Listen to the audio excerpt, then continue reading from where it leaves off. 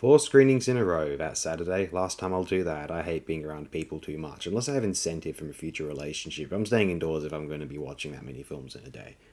We started with Wong Kar-wai's Happy Together from 1997, a very good film, one of the iconic films of the LGBTQ continuum in cinema. Some could say the best. It certainly is a stellar work and one of the auteur's best. He hasn't directed a major classic in 25 or 20 years, depending on how one feels about 2004's 2046.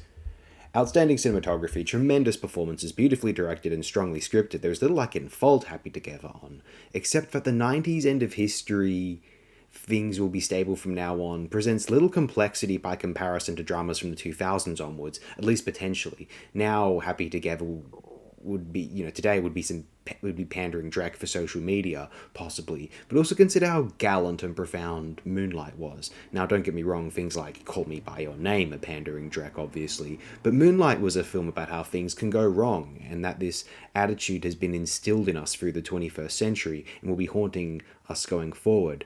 Not only was it way better directed than Call Me By Your Name, but it was, compared with 90s depictions of gay existence or any existence, a film about how we can't just be happy and hedonistic forever. Something will always eventually go wrong. As this century has told us, history didn't end in the 90s, and most of us wish it did. But as a vestige, a portal into the past, Happy Together is a reminder of when it seemed like we could relax and watch movies forever. We still can, but now forces on social media will make you feel guilty for not being enough of an advocate for whatever trending topic or cause. Now, if you don't want to work, rich people will accuse you of not working hard enough from their four-story homes, and the world is heating up and might be unlivable by 20-something if we can't stop polluting our atmosphere. We can't just sit back and not worry now, or at least the culture isn't very kind to it, as it seemed to be in the 90s and even during the 2000s, prior to social media rearing its incredibly ugly, species-ruining head. I was free at the oldest during the 90s. I wish I got to experience it more so and not just vicariously through films, television, and music. My favourite of Wong Kar-wai's films is probably Ashes of Time, followed by then In the Mood for Love, and then maybe Fallen Angels. Happy Together can easily be placed after that one, I think.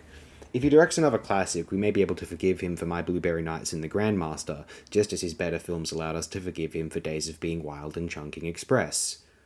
Well, that was just me, potentially, although it is decades-old proof that a director can improve or have me change my mind on the merits of their current work, while staying very true to themselves and their own sense of artistic integrity. Wong Kar-wai isn't as talked about as much as he used to be. I have to say, it got annoying circa 2014 to 15, everyone jerking themselves off over the guy. It was either a celebration of overly sentimental, emotional tosh from rich kids, or a gross orientalist, I'm superior to my peers for appreciating East Asian media posture from rich kids in Australia or in Sydney. Anyway, though he clearly is or was one of the best directors alive from 1994 to like 2000 or so. Just don't tell the dull Asia files that an Australian shot most of his most celebrated films, the genius Chris Doyle, close to the greatest cinematic genius ever born in Australia. Wong Kar-wai may not be justification to think you're superior to the average person, literally nothing is, not even your pathetic zingers on social media, but he is certainly, or was at one time, one of the most seminal and original, envy-inducing directors to have ever lived, and no one can take that away from him. I couldn't even if I wanted to, and despite my vague dislike of his fans and a couple of his more celebrated features, I do not want to, I have no desire to. He deserves great acclaim, receives it. It still finds a way to annoy me because everything does, but does he deserve his placement in the textbook? Of course he does. The textbooks would be stupid, not to. List your favourite Wong Kar-wai film below if you can be bothered, and I won't give you any grief if your answer is Days of Being Wild or Chungking Express or even My Blueberry Nights or Grandmaster. I'll definitely shake my head in disbelief. But that's as far as I'll go, I promise.